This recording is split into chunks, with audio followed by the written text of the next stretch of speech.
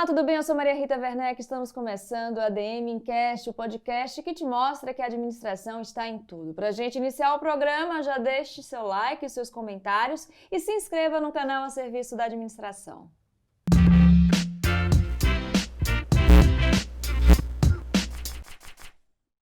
Hoje o nosso programa é sobre o mercado de eletrodomésticos no Brasil e para esse bate-papo eu tenho o prazer de receber o administrador Clóvis Simões, que é diretor comercial na Atlas Eletrodomésticos, líder no Brasil na venda de fogões de piso. Tudo bem, Clóvis? Seja muito bem-vindo. Tudo bem, muito obrigado por estar participando com vocês desse momento. Muito obrigada, gente, por essa agenda corrida. Eu sei que você está vindo aí de uma maratona, já a gente vai falar sobre a sua rotina, mas para a gente iniciar aqui o nosso programa, fala um pouquinho sobre a história, né, da Atlas, uma empresa de mais de 70 anos de história. Se quiser trazer números para a gente, é muito bem-vindo também. Tá, ok. Então, a Atlas, ela foi fundada por imigrantes poloneses que residiam no Rio Grande do Sul e foram para o Paraná, para o oeste do Paraná, né? E eles trabalhavam com implementos agrícolas, tanto que a fábrica da Atlas, ela fica na cidade de Pato Branco, bem ao oeste, né? Estamos a 80 quilômetros da fronteira com a Argentina, e é uma área predominantemente agrícola, porque a origem de tudo foi a fabricação de implementos agrícolas. Depois migrou para a produção de fogões a lenha, e mais adiante para a produção de fogões a gás e veio nessa trajetória. Há 73 anos a Atlas existe e vem se desenvolvendo e, acima de tudo, se aperfeiçoando, se modernizando.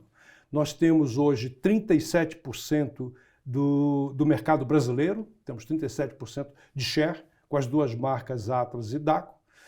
Temos um volume de negócio acima de 2.400.000 unidades. Né? Atuamos em todo o Brasil, nas principais revendas, atuamos em mais de 30 países exportando, atuamos de forma incisiva e bem eficiente em todos os canais de distribuição. Aliás, uma das características da Atlas é ter o foco na distribuição, atender todos os segmentos, né, de forma estruturada. E essa é a Atlas que há 6 anos comprou a Dacco, a marca Dacco, né?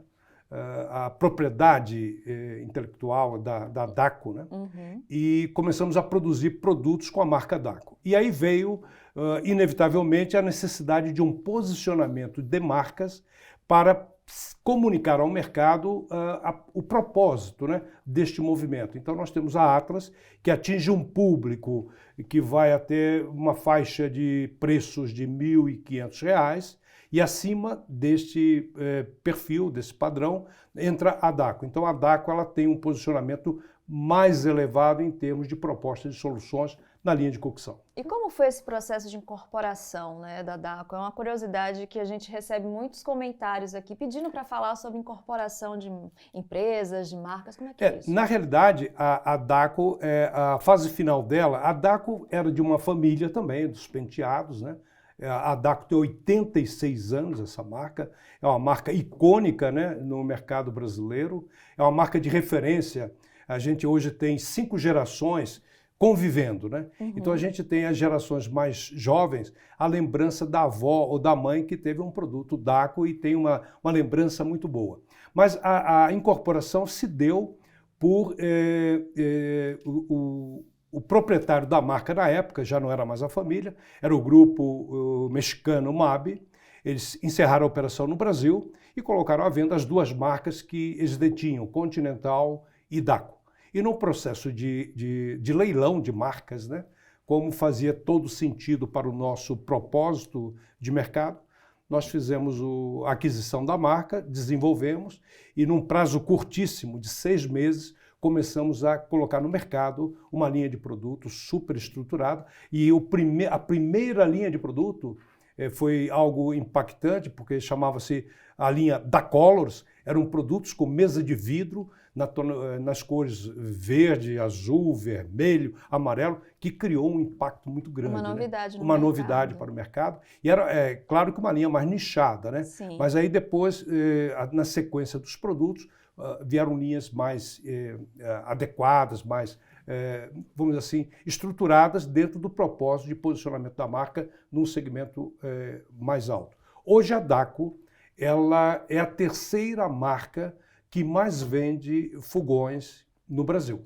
Ou seja, a Atlas ocupa a primeira posição e a Dacko a terceira. Como é que fica, né, a rotina de um diretor comercial, de um grupo que detém, né, essas duas marcas tão presentes, né, na vida das pessoas, já que são líderes de venda? Como é que é a sua rotina? Como é que você... Imagino que você transite por várias áreas da administração, por exemplo. Conta um pouquinho pra gente. Sim, na realidade é uma rotina assim, bem intensa, mas eu gosto disso. Eu gosto desse ritmo acelerado, né? É uma rotina intensa. Eu tenho todos os canais de comercialização, tenho uma interface grande com engenharia, com o próprio marketing de produtos, né? A questão do trade marketing, todas as áreas de logística, de produção, porque na realidade é uma célula única. Hoje, qualquer tipo de negócio, ele tem que ter essa visão do todo interagindo, conectado e todos caminhando de forma harmônica, né? Porque se um dos elementos desta engrenagem adotar uma velocidade diferente do conjunto, você começa a ter perdas, né? Sim. Então, trabalhamos muito, Maria Rita, com o desenvolvimento de lideranças, muito com pessoas. O nosso maior patrimônio são pessoas, o nosso maior ativo são pessoas. E através delas a gente procura desenvolver os nossos planos e executá-los, né? Tenho algumas questões assim de desafios. O ano de 2023 foi um ano bem característico, né? 12 meses que não se falaram um com o outro, nenhum mês igual ao outro. E nesse contexto desafiador, nós tivemos que adotar essa percepção, diagnosticar e propor soluções rápidas, né? E com isso conseguimos conquistar uma excelente performance no ano de 23, que foi um ano desafiador. Mas a rotina, ela é executável, dá para fazer, é uma coisa que a gente procura compartilhar, né? Na Atlas nós vivemos as 5 gerações. É um desafio lidar com Exatamente, eu ia te perguntar isso, desafios. Como está sendo, né, esse desafio de ter na equipe, principalmente, pessoas de diferentes gerações. Como é que equilibra tudo isso? Na realidade, é o reaprender, e o reaprender nos coloca numa vertente de aprendizado contínuo, né? Nós temos que o tempo inteiro estar nos colocando para aprender o novo, aprender aquilo que não conhecemos. Eu costumo falar com o time, o importante tem duas questões assim que chamam a atenção. Uma é aquela que você não sabe. Você não sabe, você vai lá e aprende e domina. E a outra, mais intensa, é você não saber que não sabe. E esse ponto aí é um ponto que requer trabalho, requer atenção e desenvolvimento. Voltando para a sua colocação de como lidar com esse time, é desafiador, mas é algo motivador. Eu vejo o desafio / motivação em tudo, né? E a gente se prepara para lidar com eles. E uma das questões que a gente tem trabalhado intensamente é o desenvolvimento de pessoas, é o desenvolvimento das lideranças, com foco nesse contexto desafiador, né? E a gente percebe que, em termos de perfil de líder, o líder é aquele que inspira, o líder é aquele que vai à frente, é aquele que indica caminhos, que indica alternativas. É um líder presente, aquele que consegue motivar o time. E com essa abordagem, a gente tem conseguido bons resultados na condução desse time que está conosco, né? Como eu falei, nós temos 5 gerações convivendo, compartilhando, e eu sou convidado diversas vezes para grupos de jovens de 20 anos, 25 anos, que estão aqui, ali e tal, e eles curtem. Se você consegue o padrão de comunicação com eles, criar conexão, tem um lado super positivo, que é o compartilhamento, né, da experiência com conhecimento. Eles têm uma plasticidade melhor e mais rápida, e têm o domínio, mas eles precisam ter esse contraponto da visão, da ponderação, da experiência, Então, essa combinação cria um campo perfeito de você conduzir times, né? E dentro do foco que a gente não abre mão, times de alta performance. Com Né? certeza. Buscar sempre um resultado além do esperado, além da expectativa. Com certeza. Bom, ainda falando, né, de desafios, se a gente parar para destacar os principais desafios hoje do mercado de eletrodomésticos no Brasil, o que é que você traria para a gente? Olha, é claro que nós vivemos um contexto de evolução tecnológica. E a tecnologia, ela se aplica, ela é utilizada imediatamente após o domínio e o desenvolvimento. Então, nós temos na categoria de eletrodomésticos uma evolução importante de vinculação de tecnologia. Uns produtos mais, outros produtos menos, né? Por exemplo, TV. TV incorpora tecnologia com bastante intensidade e velocidade. A linha de geladeiras, também freezers, ar-condicionado, né? A linha de refrigeração de modo geral, traz esse apelo de incorporar tecnologia. E quando a gente olha esse desenvolvimento de produto, e a gente não pode deixar de olhar sustentabilidade, e, por exemplo, são produtos que trazem um apelo de inovação voltado à economia, voltado a consumo, né? Mais eficiente, né? E isso aí tem a ver com movimentos. É interessante como tudo se conecta. Hoje nós temos aí um contexto das casas gerando a sua própria energia com as células fotovoltaicas. Isso muda o padrão de consumo. Sim. Porque a energia vai ficar mais barata, já está mais barata. E estando mais barato, você tem um maior protagonismo de produtos elétricos, né? Sim. Tipo, deixa de ser um desafio muito grande o ar-condicionado, que traz conforto, traz qualidade de vida, né? Aí, olhando a parte de fogões, é uma linha também que vem incorporando tecnologia e no contexto cocção, contexto mais amplo, nós estamos percebendo uma evolução acelerada de produtos como cooktop de indução, né? E isso fala, inclusive, com o novo perfil de consumo, fala com as novas residências, principalmente dos grandes centros. Sim. Existem torres aqui em São Paulo, né, residenciais, que não tem mais o acesso do gás, é somente elétrico. Né? E isso daí traz tudo aquilo que a tecnologia permite em termos de desenvolvimento de produto. Exatamente. Agora, a cocção, a cozinha, né, é um lado, é a parte da casa lúdica, né, porque por mais tecnologia que venha, que apareça, o ato, né, de você preparar o alimento... A cozinha é uma parte muito importante da casa, e né? assumiu na pandemia um papel fundamental, porque é onde a família se reúne, é onde a família compartilha, né? E a gente tem percebido que uma tendência de arquitetos, né, integrar. Eles tiraram a parede divisória da cozinha e sala, né, colocaram ali a bancadazinha e tal, e ficou um ambiente único. E isso aí conecta com uma outra questão, que é o comportamento gourmet.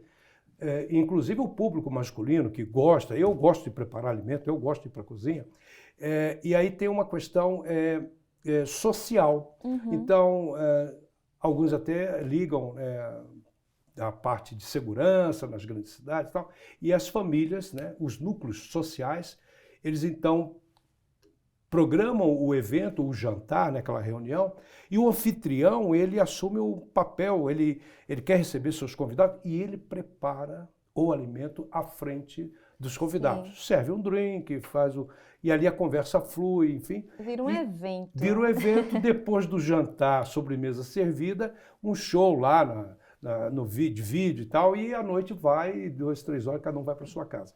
Então, a alimentação tem um papel ancestral, né? A humanidade tem esse vínculo, essa parte assim mais delicada, essa parte mais tênue, emocional, né? Mais emotiva, melhor emotivo. dizendo. A palavra é essa aí. Existe o lado emotivo no preparo do alimento. E quando você o faz prazerosamente, então é um hobby, é terapêutico, né? Eu lembro, Maria Rita, que faz alguns anos, a filha do Hermílio de Moraes, Ana Paula Moraes, ela montou uma estação aqui no bairro, né, nos Jardins, voltado a curso de gastronomia. E o público dela, ela tinha 12 estações de trabalho, então todos os dias recebia 12 alunos dela, executivos e executivas de banco, da área financeira, da indústria e tal, em que eles viam a gastronomia como uma alternativa para resolver outras questões, de desestressar, né? E alguns comentários até, melhor estar aqui do que estar tomando algum medicamento, enfim, Sim. assim. E a gastronomia tem um lado, inclusive, terapêutico. Sim. Ele alia, né? Os sabores, olfato, né? E remonta, né? Quando a gente olha sobre essa linha do tempo, remonta à infância. As pessoas, às vezes, vão provar uma comida e tal, que lembra o prato que a avó fazia, aí cria um ambiente super bacana, né? Uma atmosfera positiva. É verdade. Né? Bom, ainda falando, né, sobre esse lado comportamental que o consumidor tem relacionado não só a produtos da cozinha, mas também como um todo, né, os eletrodomésticos. Eu estava fazendo uma pesquisa aqui para o nosso programa e eu li que para 2023 a tendência era que as pessoas procurassem mais produtos inteligentes. A gente está falando aqui de casas inteligentes, a gente hoje tem opções, né, de estruturas, de arquiteturas que fornecem, né, essa opção. Isso se concretizou realmente em 2023, foi o ano dos produtos eletrodomésticos mais inteligentes. E qual é a principal tendência para 2024? Então, eu diria que está se concretizando, porque a ideia da casa inteligente, da cozinha inteligente, da cozinha conectada, nós com a marca Daco, nós temos um conjunto, uma solução totalmente conectada, né? Que você programa os 3 elementos, a coifa, o cooktop, o forno, tudo interligado e conectado. É uma solução que já tinha acontecido na Europa, na Ásia também já tinha acontecido há algum tempo, e veio para o Brasil, mas nós estamos ainda numa fase de evolução, porque passa por conceito, né?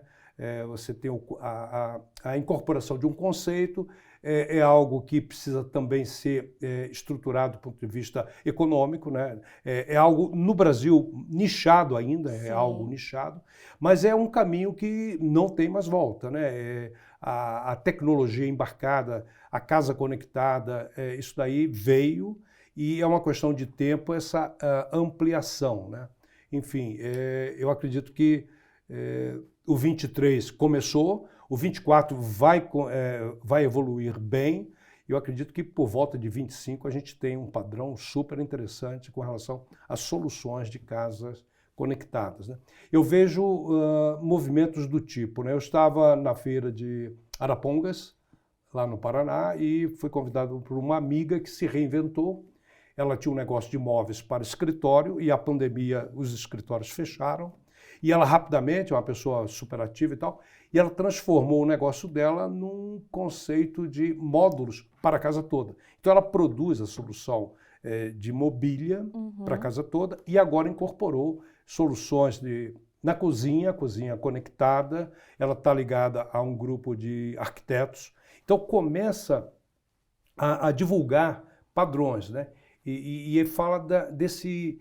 O projeto é a primeira porta da cozinha conectada, porque o projetista, o arquiteto, ele vai fazer esse detalhamento. É diferente de você, consumidora, ter o desejo, ter a necessidade e se resolver ali. Fazer o projeto sozinho, né? Então a gente está percebendo que, principalmente os projetistas, né, e todos que trabalham, né, as empresas ligadas a cozinhas planejadas, vai ser um grande acelerador de soluções com inteligência, né? Bom, Clóvis, eu imagino que o seu maior relacionamento seja o B2B, né? Indústria, varejo. Nesse sentido, nesse contexto, como é que vocês chegam até o consumidor? Há uma troca de informação, uma troca de dados entre a indústria e o varejo, para vocês acertarem mesmo o que é que os consumidores estão querendo? Nós temos um foco intenso na relação com o consumidor final, usuário do produto. Nós temos uma central de relacionamento super estruturada, super aparelhada, né? Com inteligência artificial, com condições de previsibilidade, de prontidão de resposta. Então, o primeiro ponto nosso é o pós-vendas, porque nos coloca diretamente com o consumidor. Uhum. E a gente sabe que a satisfação, a medida de satisfação positiva ou negativa, ela é determinante para a tua marca, né? E num mundo em que tudo é resenha, né? São os likes, qual foi você não compra mais porque a tua família diz para comprar ou não, tu vai ver o usuário que comprou, o que ele está indicando ali, né?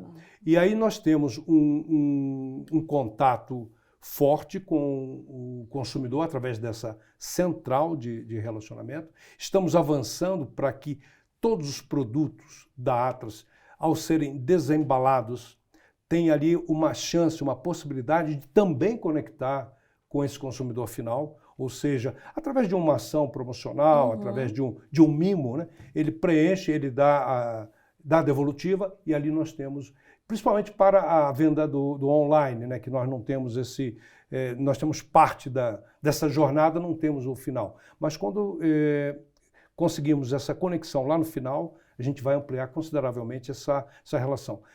Entramos definitivamente, né, e a própria NRF aborda na fase da cocriação. E essa relação com o consumidor é importantíssima para você desenvolver, para você cocriar novas soluções, né? Ter o consumidor contigo o tempo inteiro. Eu costumo falar para o meu time todo, né, nos bate-papos, né? O salário de vocês foi pago por quem já comprou. Quem vai comprar, pode ser que compre ou não. Mas aquele que comprou, ele é o teu patrão. Sim. O nosso patrão é o consumidor final, não é o acionista, né? Bom, já que o Clóvis citou a NRF, para quem não sabe, para quem não conhece, a NRF é a maior feira de varejo do mundo, centenária, né? Sim.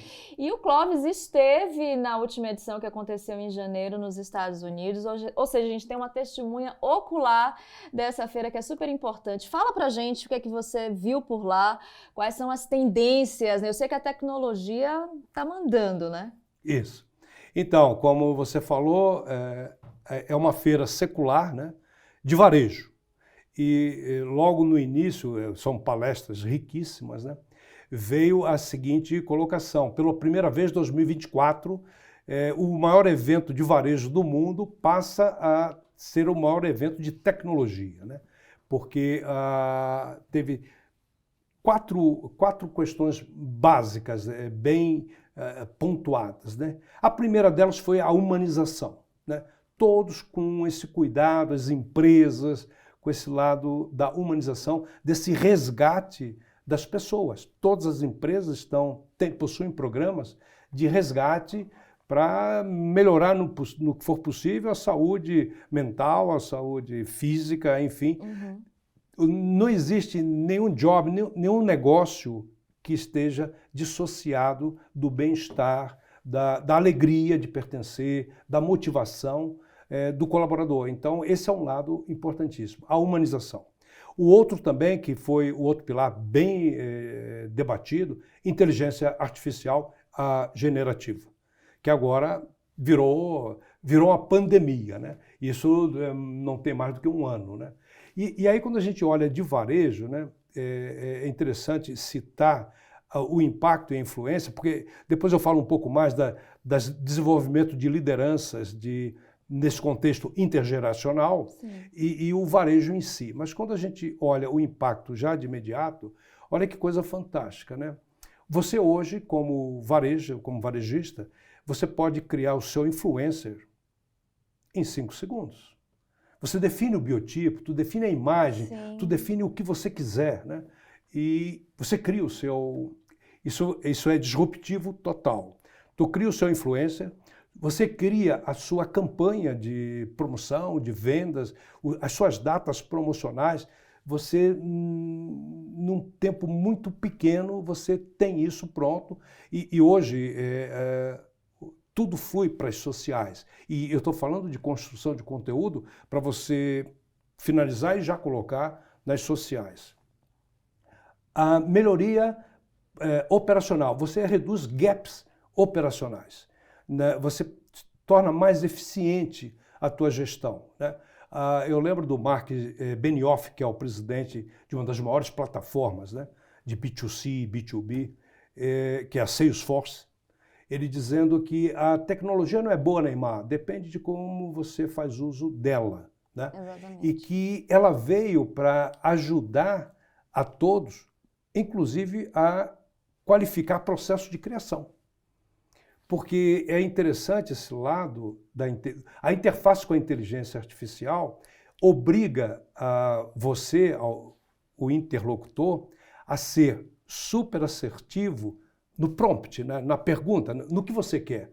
Então a gente percebe o seguinte, antes a gente falava de qualquer coisa numa superficialidade incrível. Hoje você precisa atingir um alvo e aí você tem que detalhar como você quer e refaz a pergunta, cria bullets e aí vem a resposta.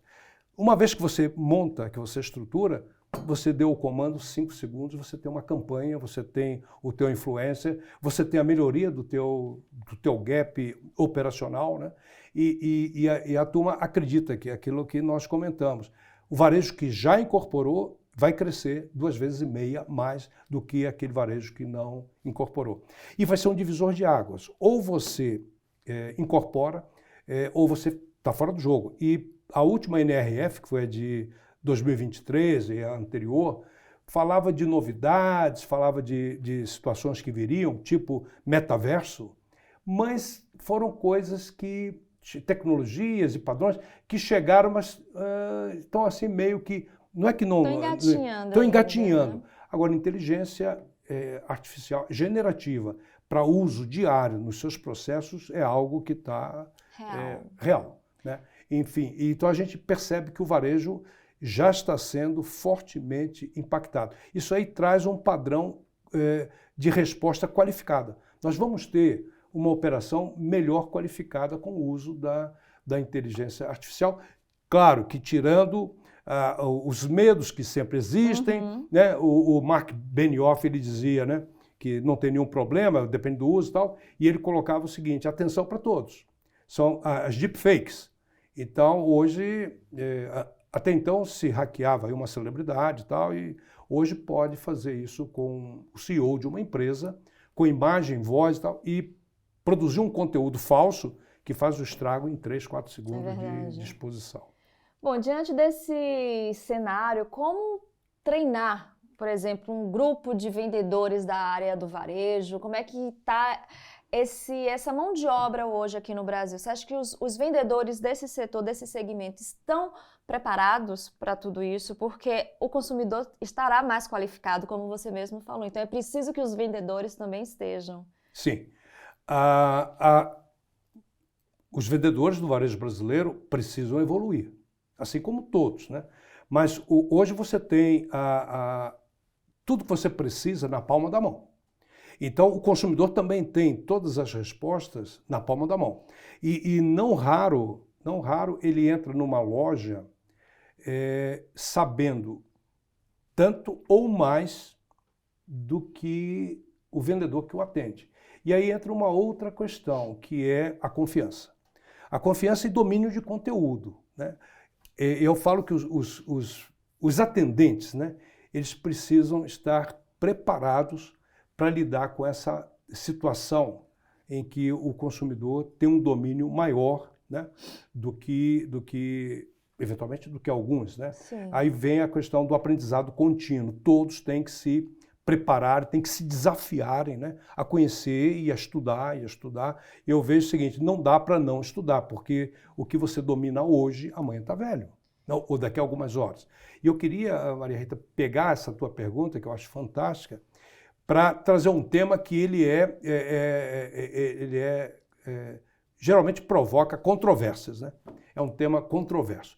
A loja física e o ON, esse vai embora, no passado, lá no NRF, chegou tinha um ano lá, 4 ou 5 anos atrás, que a loja física ia acabar a loja física. Então, quando você pergunta sobre o preparo da equipe, eu coloco a relevância e importância da loja. Então a gente já tem nos Estados Unidos, já tem na Europa, aqui no Brasil tem algumas referências, nem tanto, mas tem, que é o seguinte, o varejo físico, ele vai ter que caminhar na direção da experiência. Eu tenho que ter um ponto de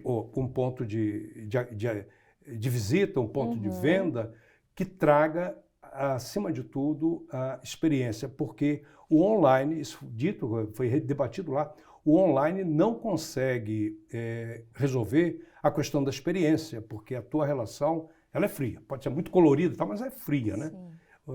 Então, o varejo ele fica focado e ele vai desenvolver as melhores respostas virão daquele varejo que se dedicar à experiência.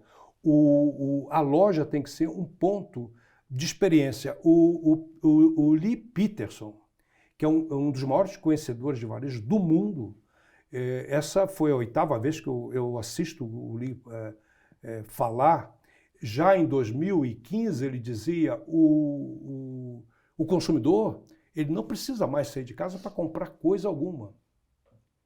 2015. Em 2024 ele fala da metamorfose do varejo. O varejo como uma estrutura de experiências, uma disrupção total em padrões de layout, merchandising, que até então o varejo era muito produto, prateleira forte, isso, aquilo. Hoje não. Menos produto, leveza, luz, respira, deixa o cliente sentir essa parte sensorial do produto e tal, e ali ele toma a decisão de compra. Eu creio que este ponto fala com o desenvolvimento, o preparo da equipe de vendas, os dois vão caminhar juntos, não adianta, eu não consigo ter uma loja muito bem preparada sobre o aspecto de experiência se eu não tenho um time preparado. Então eu volto à tua primeira pergunta, o primeiro ponto, estar preparado hoje é obrigação. Eu estou preparado, os jovens, né, se preparem o tempo inteiro, se desafiem a conhecer aquilo que não conhece. Eu voltei a estudar, eu me matriculei e estou fazendo um curso de inteligência artificial. O bombardeio estava tão grande, falei, ou eu entro nisso. Eu me inscrevi tem 3 meses, foi fundamental para que eu percebesse a proposta de tudo que foi debatido em Nova York. E isso está compactando, né? A Deloitte, ela liberou aí um estudo, e parte desse estudo, a Deloitte dizia o seguinte, a verdade, ela mudava até bem pouco tempo atrás, a cada 180 dias, né? Ela agora muda a cada 90 dias. Muito rápido. Muito rápido. E tem questões que estão se alterando assim numa velocidade incrível. E não é muito fácil você perceber, porque como você mapeia alterações comportamentais, como você vai, de forma preditiva, né, desenvolver um plano, um produto, um serviço, nesse contexto de alterações intensas, né? O próprio Lee Peterson, ele dizia do consumidor, né? Defina o cenário do consumidor hoje, uma palavra, incerto. O consumidor é incerto. Aproveitando essa sua deixa, como é que você definiria hoje o consumidor de eletrodomésticos do Brasil? Olha, ele demanda, né? É algo que consome alguma coisa, ele demanda aquilo que ele está consumindo. Mas eu vejo que nós estamos num ponto de transição, né? Aquilo que eu falei há pouco. Ele precisa consumir, porque geladeira, fogão e lavadora de roupa, aliás, a lavadora de roupa é tido como um dos elementos da libertação feminina lá nos idos de 60, né? Porque trouxe, né, essa liberdade à mulher da roupa. Mas geladeira, lavadora de roupa e fogão são itens essenciais. Você não vive sem eles, né? Então, o consumidor dessa categoria especialmente, ele faz por necessidade. Para você ter uma ideia, Maria Rita, o índice que a gente chama de penetração, o número de casas equipadas, né? No caso de fogões, o índice de penetração é de 98,5%, ou seja, das casas Eu vi esse dado. tem fogão, né? Tem fogão, geladeira é muito próximo, lavadora cai um pouquinho. Televisão também, tem a questão de TV em 3 cômodos, 2 cômodos, né? Principalmente na época da pandemia isso se acelerou muito. Mas o consumidor, eu colocaria não o consumidor de eletrodoméstico, eu digo o consumidor como um todo. Tratem esse consumidor da forma mais abrangente, completa, segura. Tratem o consumidor com transparência total. A relação de consumo não permite mais soluções ou meias soluções, soluções inadequadas. Se o consumidor percebe na tua proposta, no teu propósito, né, no seu atendimento, que ali existe transparência, existe lealdade, ele fica ligado a você. Por outro lado, a gente fala muito, a vida inteira falamos de fidelidade, fidelizar o cliente e tal. Essa geração que chega agora, não é que seja um problema e tal, é perfil deles, né? O vínculo dele com marcas começa por sustentabilidade. Ele vai consumir um produto, ele vai ver a empresa. Essa empresa aí tem práticas inadequadas do ponto de vista de sustentabilidade, ele não compra, pode ser a marca que for. Né? Então, nesse contexto em que novas exigências são colocadas na mesa, o nível de informação é muito grande. Hoje a gente pesquisa resenha do que a gente quiser. Né?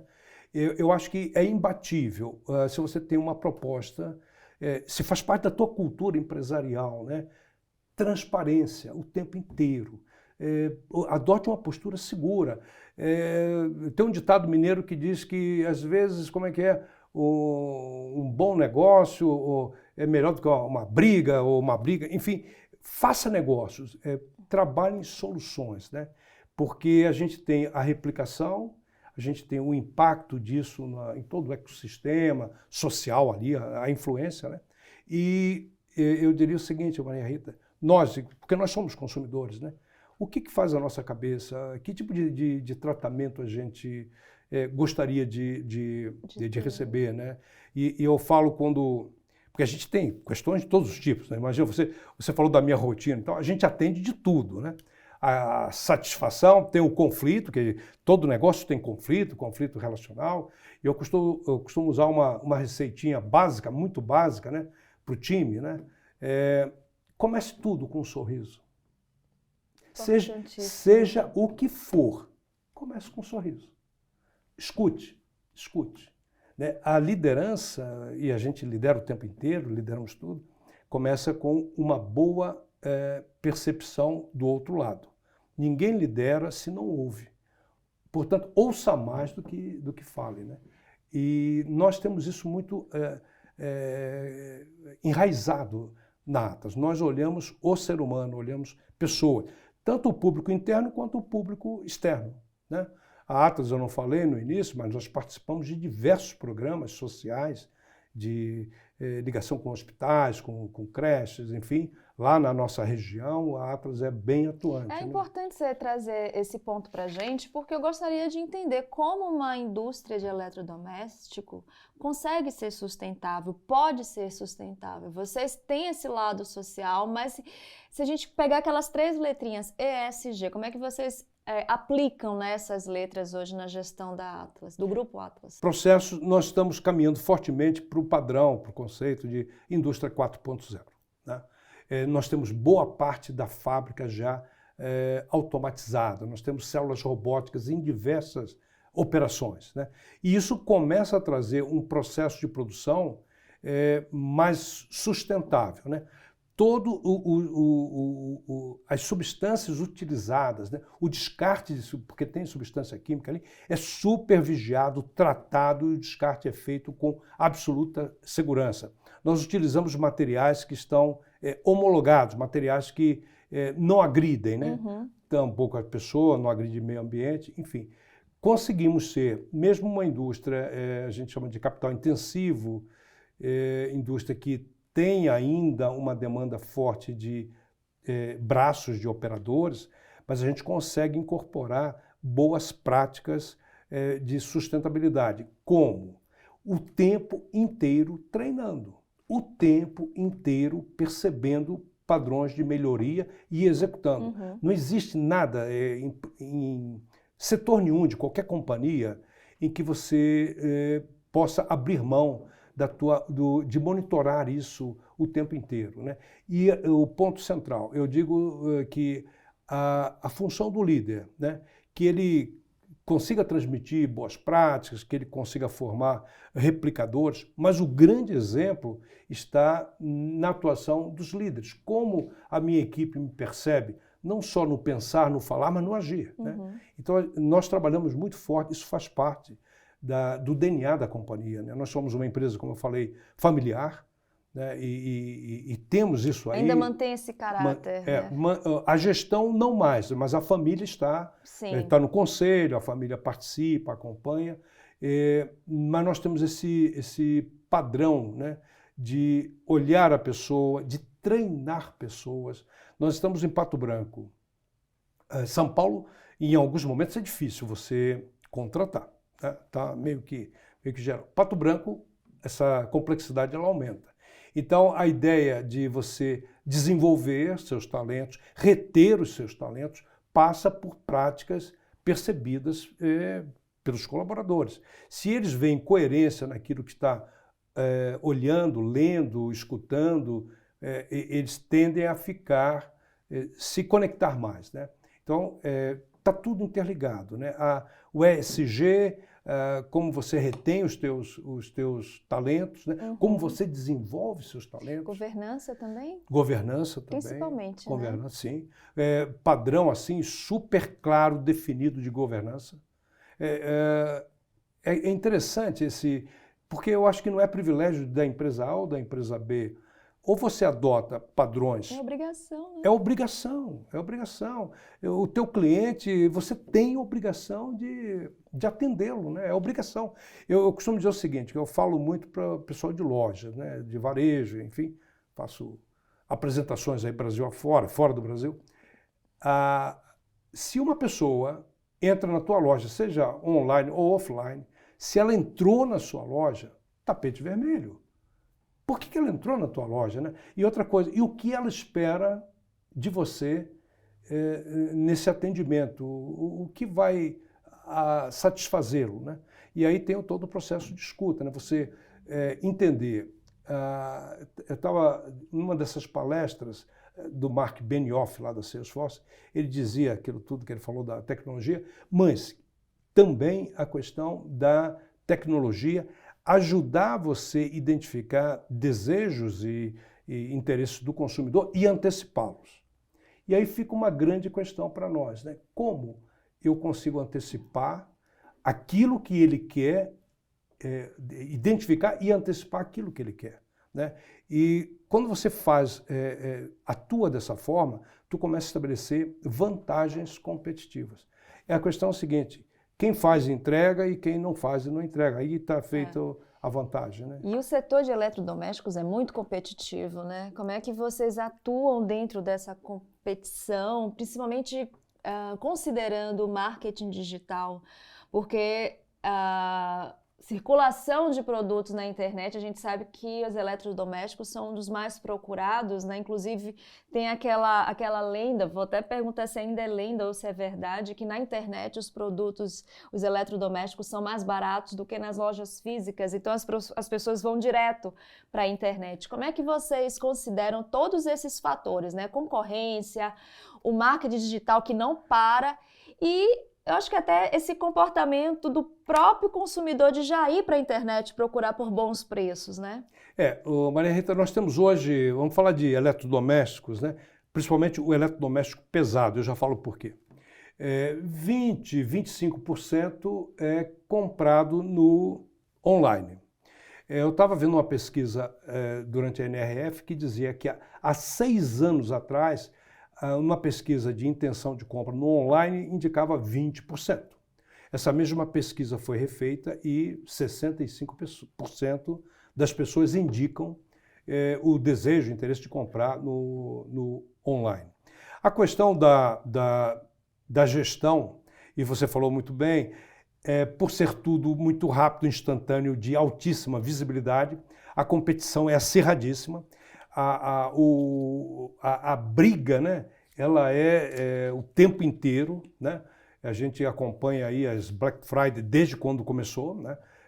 E ano a ano a coisa vem, aí não deixou de ser só a sexta-feira, virou a semana e depois virou o mês, ou esquenta Black Friday e a coisa vai. A questão da gestão de preço, esse é um tema super importante. Quando a gente fala do digital ou da omnicanalidade, tu tem que ter essa questão muito bem resolvida. Tu não pode ter um preço na loja e um preço no online. Em que pese, conceitualmente, deveria ter uma diferença. Porque se você compra no conforto da sua casa, no intervalo do jogo de futebol, tá ali, aí apareceu lá um pop-up, alguma coisa que você precisa, você foi lá, comprou e continua assistindo o teu jogo. Tem o conforto, tem a comodidade, você não está pagando estacionamento, você não corre risco, outros e tal. Deveria ser um preço diferente. A taxa de conveniência. A taxa de conveniência. Mas essa taxa de conveniência ela está invertida. É verdade. O digital ele está numa condição bem mais agressiva. A gente tem percebido, né, e eu vou entrar num tema só para pontuar o que nós estamos falando, o varejo brasileiro ele vive um momento delicado, né? E quando eu falo delicado, eu falo de resultados mesmo, né? Mas a gente percebe que o varejo vem evoluindo, o varejo é ciente, né, de alterar alguns padrões, já começa a ter uma visão do preço único, porque o consumidor ele pode comprar, eu costumo brincar com o meu time, falo meu time, todo ponto de contato é ponto de venda, não importa, né? E o varejo está se estruturando, percebendo tal, que ele tem que ter uma gestão comercial, não importa onde o cliente comprou, porque tem cliente que compra, ele entra na loja já pesquisando, e aí chega esse copo de água, custa 10, e ele fala, não, mas aqui no teu site está 8, e, enfim. Mas isso aí já foi, eu diria que já está na fase final de pacificação. Uhum. Você tem um preço da operação, né, que é o conjunto dos dois canais, né? Mas ainda tem um pouco de ruído aqui, ali, acolá, a gente vê uma promoção mais aguda e tal, mas eu digo que o varejo não é uma estrutura estática, ela é dinâmica, não existe varejo que não promova, tem que promover, mas o pano de fundo disso tudo é um equilíbrio de resultado operacional. No final das contas, no final do mês, tu tem que fechar o teu mês, tu tem que encontrar resultado. Eu costumo falar com a turma do varejo o seguinte, né? A única coisa que sabemos no dia 1º, quando a gente abre uma loja, né, são os custos fixos. Eu sei que aconteça o que acontecer, eu tenho que pagar aquilo ali. A minha receita vai me colocar nos variáveis aí, né? Eu estou avançando e tal, e eu tenho que construir isso daí e fechar o mês com a conta batida, né? Então, mas o varejo tem trabalhado, é uma questão, é um desafio para o varejo, porque a gente vem de modelos, né? Modelos que não se aplicam mais ao contexto atual, né? Mas eu lembro do comandante Rolim, que foi o fundador da TAM, antiga TAM, ele dizia nas palestras dele o seguinte, nada substitui o lucro. Eu tenho que ter um negócio, que eu tenho que ter uma conexão com o meu consumidor, precisamos de tudo, mas precisamos do resultado operacional para que possamos nos manter de pé. E essa questão que tu levantou ela é interessante, porque provoca situações e reações, né? A competição é normal, né? Você competir, teu competidor faz uma coisa, você não quer ficar para trás, enfim, provoca um desgaste, né? Na apuração de resultado. Mas o varejo, como eu falei, ele está trabalhando, a gente tem acompanhado de perto o Brasil afora, um protagonismo maior do varejo regional, isso é interessante, né? Percebeu, as redes regionais elas estão ampliando o protagonismo, né? Então, até porque conhece melhor o cliente, né? Bom, Clóvis, conta pra gente como é que funciona, né, a transação, a negociação, melhor dizendo, da venda diretamente com o varejo. Há barganhas? Que tipo de negociações são realizadas? Porque isso vai impactar no preço final, né? Sim, barganha sempre existe, né? Desde a época dos campos, né, que se trocava, quem tinha um produto trocava pelo outro, né? Faz parte do processo, né, de negociação. Nós temos um padrão de comercialização que atende a todos os níveis, né? É claro que você tem volume como um fator definidor de réguas de comercialização. Agora, de qualquer maneira, a gente sempre procura que o conjunto atenda o equilíbrio de mercado, o posicionamento, né, das práticas, né? Você não pode desequilibrar, ter uma operação extremamente agressiva com uma revenda que concorre com outra e que não tem, e você fatalmente vai ficar fora do jogo. E a gente costuma colocar a seguinte percepção: todas as cidades, né? A não ser lá em Tefé, que eu estava com o pessoal de Tefé, você só chega de barco ou avião, são 12 horas de barco de Manaus, tem 120 mil habitantes. A não ser ali que não tem rua, não tem carro, mas tem os rios, né? Você talvez não tenha todos os operadores. Mas as grandes cidades, todos os operadores estão ou na mesma rua, ou na rua de cima, ou na rua de baixo. Isso aí requer equilíbrio, né? Você não pode permitir o desarranjo, né, entre esses operadores. E a gente tem, na mesma rua, operadores de diversos tamanhos. Uhum. Tem aquele local pequeno, que tem aquele grande nacional, enfim. Mas a gente tem a operação muito bem equilibrada, muito bem estruturada. É claro que o porte da operação, ela indica, né, como conduzir aquele negócio. As barganhas sempre acontecem, independente do tamanho de cliente. Por exemplo, na Black Friday, como é que vocês É uma loucura. estruturam? Conta pra gente, quando é que começa o planejamento da próxima Black Friday? Olha, o Black Friday a gente planeja o atendimento à produção. Olha, eu tenho isso disponível. Não, mas eu quero verba, isso, eu quero... Não, isso daí cada um faz o seu. A grande questão é a seguinte, né? Porque nós não temos Black Price, nada disso. A grande questão é a seguinte: o varejo passa o ano todo pleiteando. Não, mas eu não tenho, preciso, a margem não dá. Sempre a margem não dá, né? Nunca. E chega na Black Friday, tem uma redução incrível, mas na Black Friday não teve nenhuma redução, não teve nada diferente, acaba dando, né? Enfim, mas nós e a maioria das empresas, tem alguma empresa ou outra que pode fazer uma ação promo num produto, dar um retorno de margem, enfim. Mas tem um ditadozinho antigo, muito antigo, que diz: do couro sai a correia. Não adianta, se eu não tiver geração, eu não posso dar aquilo que eu não estou gerando, né? Mas, voltando à tua pergunta, a Black Friday, nos programamos em estimar uma demanda, entregar a demanda. E assim com todas as grandes datas do ano, né? Mães, uma data fortíssima, acabou agora, que é a primeira quinzena de janeiro. Isso, a Luísa trouxe isso já lá de trás da liquidação fantástica, criou aí, o evento foi criado, né? E todo o comércio, né, aderiu. E teve uma época que a Luísa abria às 5 da manhã, né? E os concorrentes abriam às 4 da manhã, né, para poder captar aquele cliente. Mas, de um modo geral, na realidade, tem que prevalecer o equilíbrio. E quando você opera, no nosso caso, operamos o Brasil inteiro, qualquer coisa no Rio Grande do Sul, e nem precisa ter o concorrente de Pernambuco, porque o digital mostra, todo mundo está conectado, mesmo que não seja concorrente direto, né? Então, ter uma boa condução, de novo, ser firme no teu discurso. Eu acho que o domínio do teu conteúdo fala muito de como você é percebido, né? Nós temos um padrão, né, de governança, padrão nosso mesmo, de uma linha reta. A gente não temos duas respostas para a mesma pergunta. Ou é sim ou é não.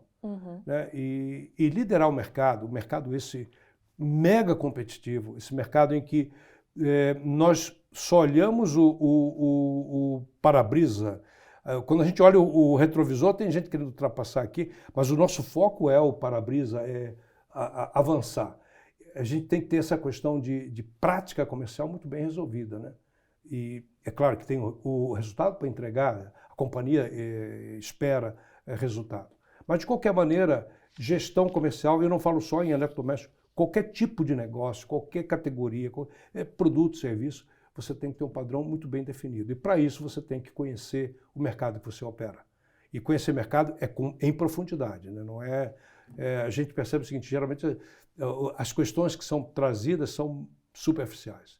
Ou você conhece em profundidade, ou a tua solução não vai ser talvez a melhor. Por isso que talvez vocês estejam com um plano de fazer um reposicionamento das duas marcas, da Atlas e Dacko. Pelo menos no ano passado era essa a intenção. Não sei se vocês vão manter esse ano. E por que mexer no time que está ganhando a marcas já tão conhecidas e estabelecidas? Na realidade, nós não vamos alterar o posicionamento básico que fala a área de atuação da Atlas e adiante a Dacko.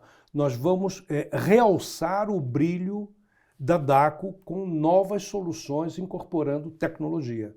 Então, e isso aí passa, quando você faz esse movimento, passa pela comunicação. Por exemplo, nós aprovamos agora os slogans, né? Atlas. Brasil adora Atlas, é o slogan. Todas as peças, Brasil adora Atlas. Dacko surpreende. A Dacko surpreende. E esse reposicionamento fala de surpreender positivamente, incorporando novas soluções. O desenvolvimento ele é mais forte, em termos de tecnologia e tal, com a Dacko, porque o posicionamento dela está a exigir esse tipo de comportamento. Sim. E os competidores da Dacko são competidores mais robustos. É gente grande, né? Gente bem grande, né? Não, excelente, excelente.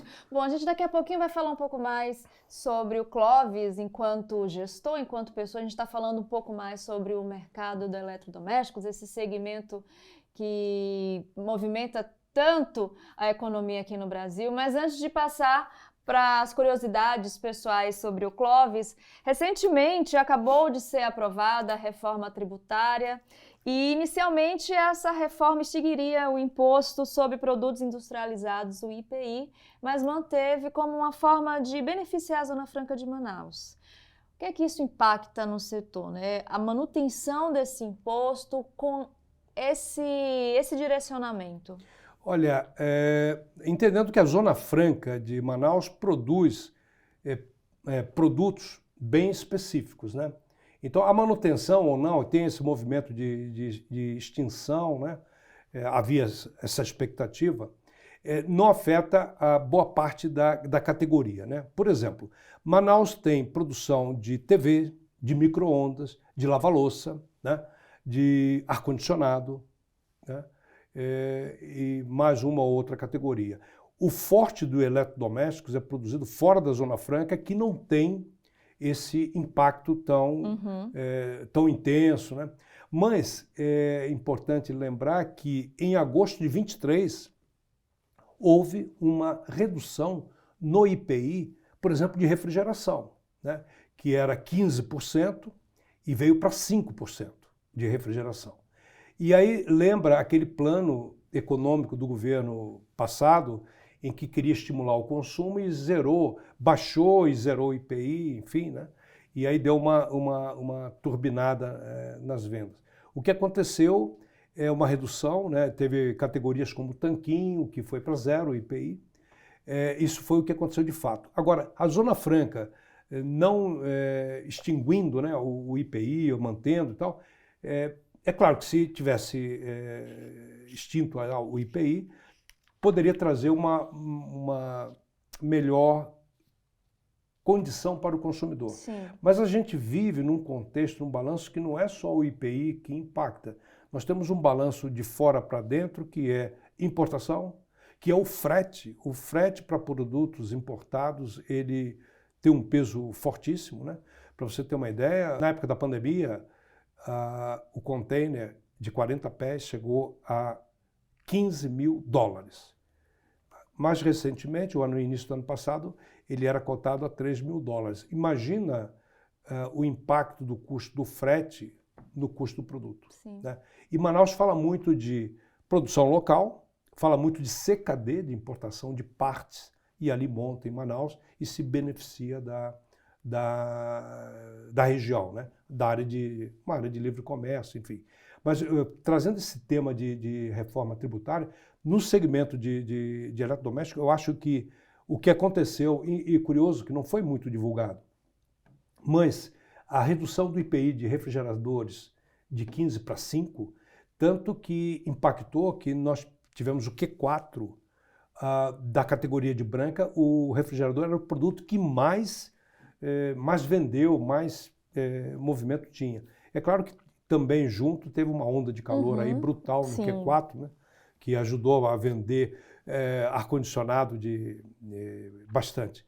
E nesse período tivemos a seca do Rio Amazonas, que parou a operação de containers de chegada de matéria-prima, saída de produtos acabados.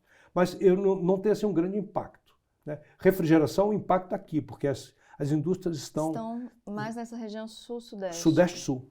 Os grandes fabricantes de refrigeração, de lavadora, de fogões. Bom, Clóvis, aproveitando então que a gente está falando sobre a concentração, né, das indústrias de eletrodomésticos nas regiões sul e sudeste, como é que funciona a logística de vocês, né? O Grupo Atlas atende o Brasil todo. Quais são os principais desafios também para vocês conseguirem atender as demandas?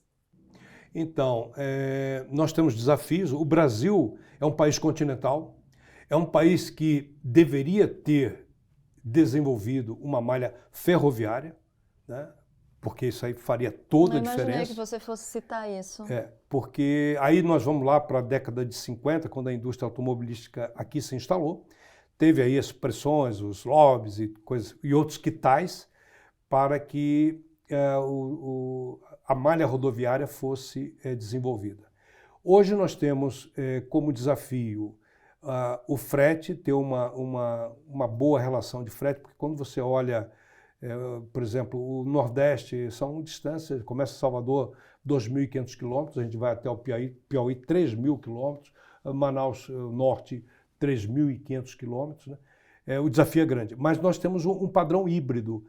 Por exemplo, o Ceará, através lá de Pacém, a gente já tem cabotagem. Nós entregamos por Paranaguá os containers e chegamos a Manaus, por exemplo, que é a parte mais complexa, via marítima, né? Sofremos um pouquinho, as revendas sofreram um pouquinho, mas chegamos a fazer até rodoviário, que é uma viagem muito grande. Mas, de qualquer maneira, é um desafio você lidar com um país dessa dimensão, com uma malha dependente de malha rodoviária, né? E tem uma outra questão que também amplia essa complexidade, é o estado de conservação das rodovias. Então você faz o embarque estruturado e o caminhão 3.000 quilômetros de buraco. E geralmente a gente já tem essa visão. O grupo de produto do terceiro eixo tem que ter um cuidado, porque é onde o motorista ele não alivia, o terceiro eixo ele quica, né? E quando se a carga não estiver bem estruturada e tal. Então a gente já tem isso daí e procura preventivamente trabalhar na solução. Bom, vamos conhecer um pouco mais sobre o Clóvis agora. Clóvis, há quanto tempo você está no Grupo Atlas e você sempre trabalhou, sempre atuou no segmento de eletrodomésticos? Olha, eu estou na Atlas há 18 anos, né? Entrei para um job curto, porque na realidade antes da Atlas eu tive eu trabalhei vinculado, né, tipo CLT, em várias empresas, né? Trabalhei na Bosch, trabalhei na Kenwood, japonesa, Bosch alemã, trabalhei na Pfizer, né? Aliás, eu comecei minha vida profissional na Pfizer, que é um laboratório farmacêutico. E a minha primeira atividade, minha primeira venda era de remédio para o médico, né? Porque o médico só receita aquilo que ele confia. E o agente, que na época se chamava de propagandista, ele tem que ter um domínio perfeito daquilo que ele está fazendo, do conteúdo. E esse aprendizado de laboratório eu trago até os dias de hoje, com o meu time, com tudo. Domine o conteúdo. Se prepare, estude, né? Procure conhecer mais. Então passei em várias empresas, diversos segmentos, né? Linha marrom, segmento automotivo, linha branca, farmacêutico. E o último de branca foi a Electrolux, passei um período bom na Electrolux. E depois eu entrei nesse mundo aí de consultorias, e, enfim, fiquei fazendo aí uns trabalhos polivalentes de vários segmentos. E quando foi mais adiante, eu costumo dizer para os meus jovens colaboradores que para trabalhar na Atlas precisa só de uma coisa: paixão. E eu fui picado pelo mosquito aí da paixão, me apaixonei pela Atlas. É uma empresa fantástica, né? 18 anos eu acompanhei toda a transformação da indústria, do que nós produzíamos lá em 2005 e o que nós produzimos hoje. Qual a maior mudança desses 18 anos você percebeu no grupo? Em tudo. Proposta de produto, a gestão de pessoas, ela foi decisiva, né? Nós evoluímos muito na formação de times, no desenvolvimento, na visão interna, nos cuidados necessários, e foi um processo assim, juntos, né? Pessoas, produtos, fábrica. A fábrica foi sendo atualizada, remodelada. Imagina, hoje, se você for lá, e já fica o convite, você vai ver uma fábrica automatizada, célula robótica, que nós estamos ampliando, né? E aí tem alguns detalhes interessantes. Desenvolvimento de produto. Lembrando que naquela época não tinha inteligência artificial. Né? Bem naquela época não tinha Google. Né? Eu estou falando de 2005, né, 18 anos atrás. Nós tínhamos na nossa veia, dentro da gente, captar mercado. O que eu posso fazer para contribuir? O que eu posso ler para trazer para a empresa? Né? E dentro desse padrão, a gente criou muitos produtos, na rua mesmo, conversando. Né? E teve um deles que eu lembro até hoje, estava no Espírito Santo e apresentando um produto que tinha vários desdobramentos, tinha timer digital, mesa de vidro e tal. E o diretor lá falou assim: Clóvis, por que você não cria esse produto sem isso aqui? Porque você cria essa faixa de preço e o produto vai ser isso, assim e tal. Aí eu já tinha, foi mais recente, eu mandei a demanda para o diretor de fábrica. O que você acha? E ele, em 5 minutos, devolve o produto montado, sem aquela questão. E eu mostrei para o cliente, eu falei: vem cá, e é isso aqui? Ele falou: Clóvis, isso aqui eu compro para minha casa. Aí eu falei assim: está criado o 4º modelo dessa linha. E esse modelo representa 30% das vendas. Estar atento ao que o mercado sinaliza é fundamental. Tu tem as evidências objetivas e aquelas que não são tão facilmente perceptíveis. Eu lembro de um professor de marketing da Dom Cabral, que ele dizia assim: olha, todos nós temos um radar na nossa frente. Radar de tudo, de oportunidades, né? Deem importância àquele som mais intenso, porque pode ser rota de colisão. Agora, aquele som mais reduzido, que está distante, não descarte não. Vai lá, amplifique e vê o que ele está querendo dizer. Então, na nossa vida, né, tanto pessoal quanto na vida profissional, os sinais são colocados o tempo inteiro. E eu acho que a diferença entre o vencedor e aquele que não vence está na capacidade de perceber essas oportunidades. Os sinais que o mercado nos envia todo o tempo, né, toda hora. Né? Vamos para a nossa dica de leitura? Clóvis, o que é que você preparou para a gente? Tem 2. Eu ia falar em um, vou falar 2. Né? O primeiro deles é Execução, de Rancharan. Esse é um clássico, né, da administração. E o outro é Essencialismo, a arte de descartar o peso morto, aquilo que não agrega. E no nosso dia a dia, sem que percebamos, a gente está carregando pesos e pesos. E é o reduzir para fazer mais. Ou seja, a gente tem que nos prepararmos, precisamos nos prepararmos para usar da melhor maneira possível a nossa capacidade criativa. E se eu estou com uma sobrecarga, eu perco as melhores oportunidades de avaliar coisas de forma original, criativa. Então, esse livro me impactou muito, né? Essencialismo. É McCraig, o autor americano. E aí eu faço um paralelo com a corrida.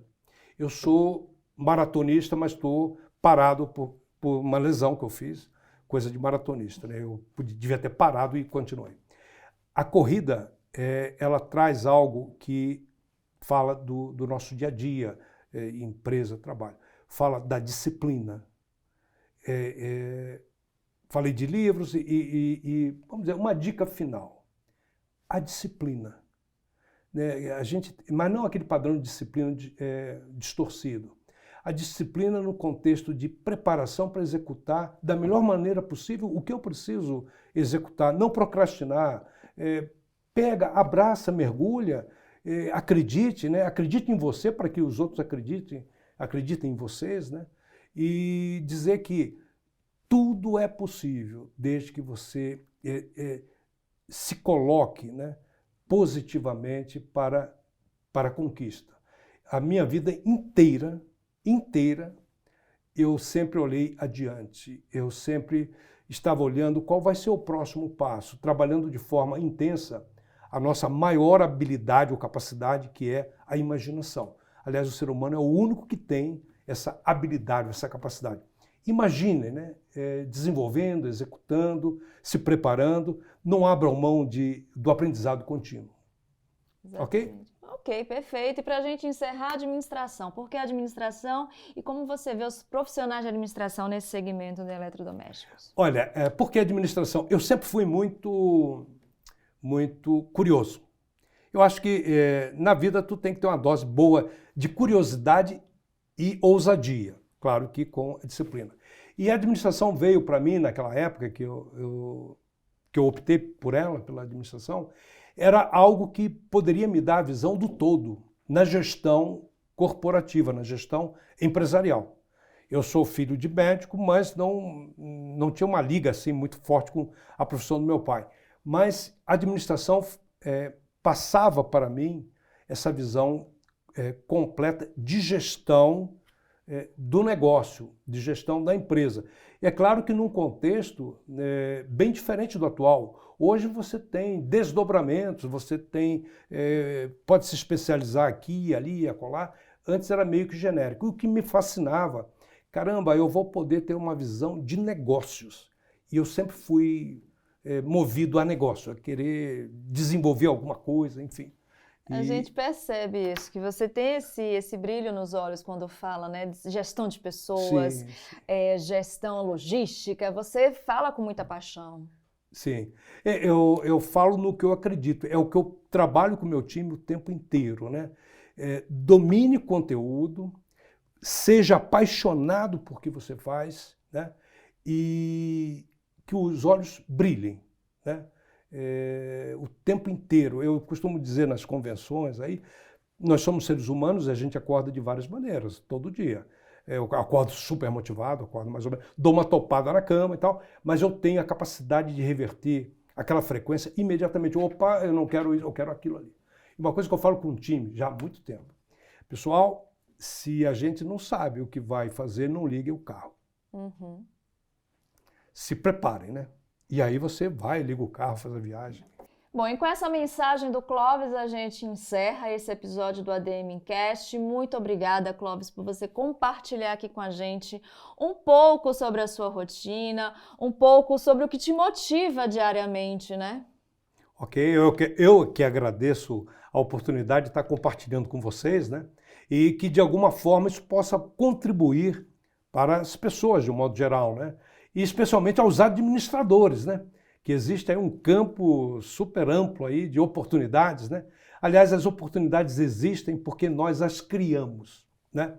E do céu só cai chuva, graças a Deus. Quem quiser continuar te acompanhando após o programa, onde é que te encontra? Eu estou no LinkedIn, clovis.simões, no Instagram, simões.clovis. Ali no Instagram tem toda a minha jornada, né? Bacana. De tudo que eu faço no dia a dia, será um prazer. Muito bacana. E muito obrigada a você também que ficou conosco em mais uma edição aqui do ADM Cast. Eu sou Maria Rita Werneck, é um prazer sempre receber vocês aqui. Se gostou, deixa o seu like, seus comentários e, claro, se ainda não é inscrito no canal a serviço da administração, aproveita e se inscreva. Até o próximo ADM Cast. Tchau, tchau!